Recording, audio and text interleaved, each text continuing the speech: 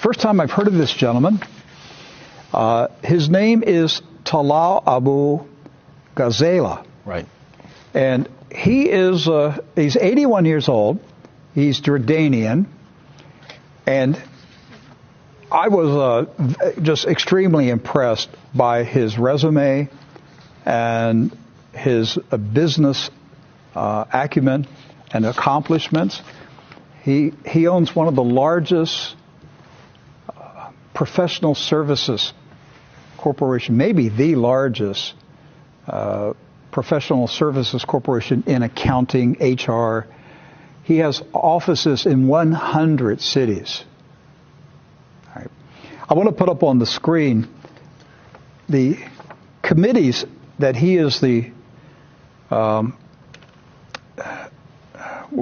which one do we have first here? We have chairmanships. Right. It's actually, we didn't have enough to fit on one screen, so we have to do two different screens here. Really? Oh, yeah. Is this the chairman or the memberships? What do we have? This is the board memberships. These are board memberships. Right, just like we have on our sheet in front of us.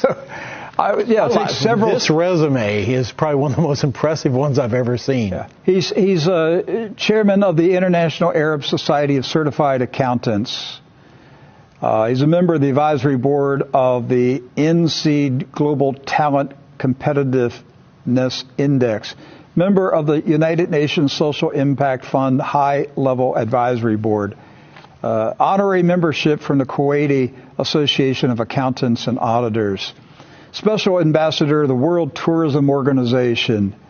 The list, I mean, you can scroll through it if our control. You can just scroll through. You can see these are just some of the organizations that he's a member. Then you go to the chairmanships, right, where he's chairman, right, of organizations. Doc, go ahead. I mean, the chair of the Talal Abu Ghazala University College for Applied. They named a business college after him. That's how smart he is in analyzing things. He's the honorary president of the Bosphorus Summit's Board of Trustees in Turkey.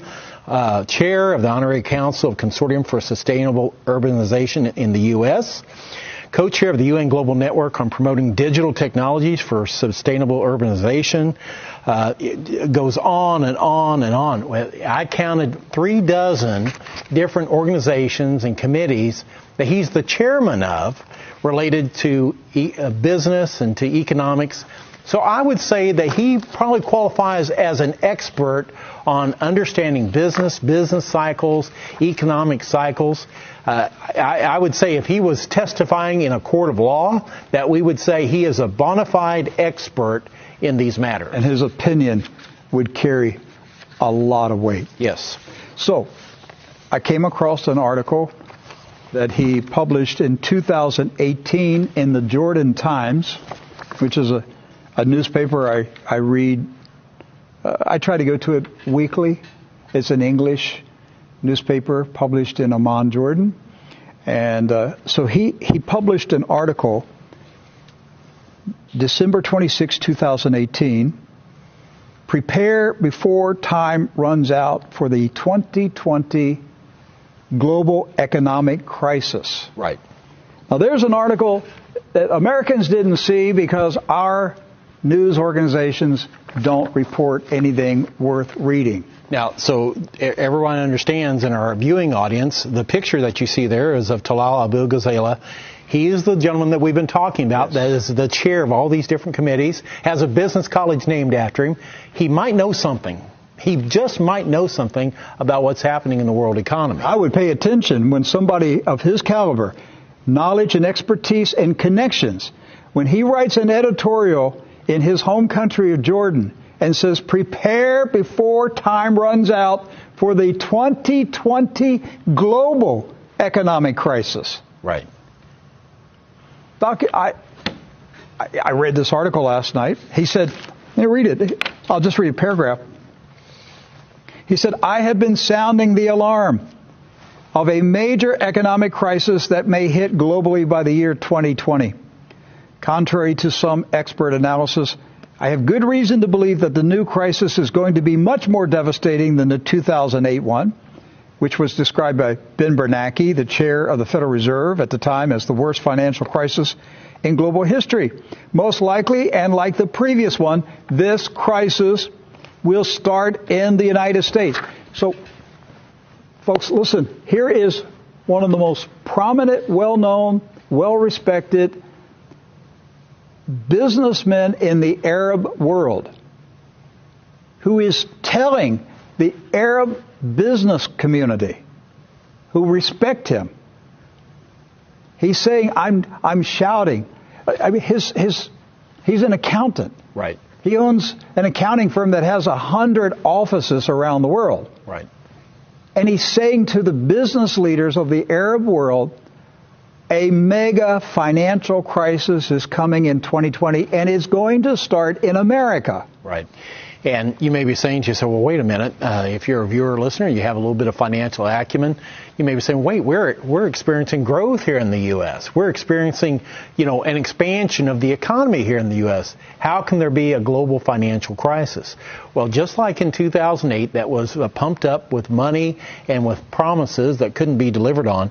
He goes on to say the U.S. has witnessed a 2.5% growth. This is an indication that there should be no crisis. But he says, I think this growth is due to increased consumer demand because of the liquidity of the U.S. government pumping into the market and is not representative of a real recovery. In other words, we're propping it up with nitroglycerin in the form of quantitative easing, printing money like it's going out of style. And so we're just pumping that money into the economy. This is a false recovery that's going on, is what he's saying. That's right. He said the imminent economic crisis has been slowly but surely brewing for many years. And he says it appears that its arrival appears to be on schedule, 2020, just in time for the U.S. presidential election. Right. Now think about that. This is what I'm saying. I'm not certain Donald Trump's reelection is certain. Because if the economy tanks in 2020, you will see the most massive vote for communism that you could ever imagine would happen in the United States of America. The communist, socialist Democrats will sweep into power if we're in an economic crisis before the election. Now, they may be able to hold it off and slide through the election and get President Trump elected, and then the crash comes. Well, that would just mean that the next election in 2024 will be so far to the left, we can't even imagine it now. That's right. Exactly. He said that this coming crisis is going to last years. He said the new economic crisis is expected to continue for years and will have a major impact on the West, causing stagflation and leading to bankruptcies. He goes on to say, now listen to this, Rick, I predict at least 5 European countries will go bankrupt next year. Do you hear that? This economic expert is saying, I predict at least 5 European countries will go bankrupt next year, which will not mean that they close shop. They'll just be unable to provide services to their citizens. Doc, he's a global accountant. Right. If you're going to listen to someone talk about accounting principles, I would listen to somebody at his level. Right. And he's saying, as you just said, he believes that 5 European nations are in such dire condition that they're going to go bankrupt. And we already see the first fruits of that by negative interest rates on their bond yields. They're popping up all over Europe right now, where they're actually paying people to take out mortgages. Think about that. And you say, oh, that's great. That's actually a very bad thing that's happening. That means that people don't have confidence in the economy anymore. Okay, so let's go to the next article. This is also the Jordan Times. He published this on June 2nd of this year, 2019. The title, The 2020 Global Crisis and a Third World War. Okay. He said, once again, for some time, I have been sounding the alarm of an impending major economic crisis that may hit globally by the end of 2020.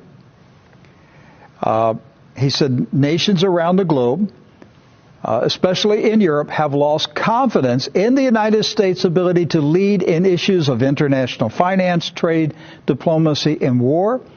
These nations are quietly dismantling Yes. Listen, folks, listen to what this man is saying.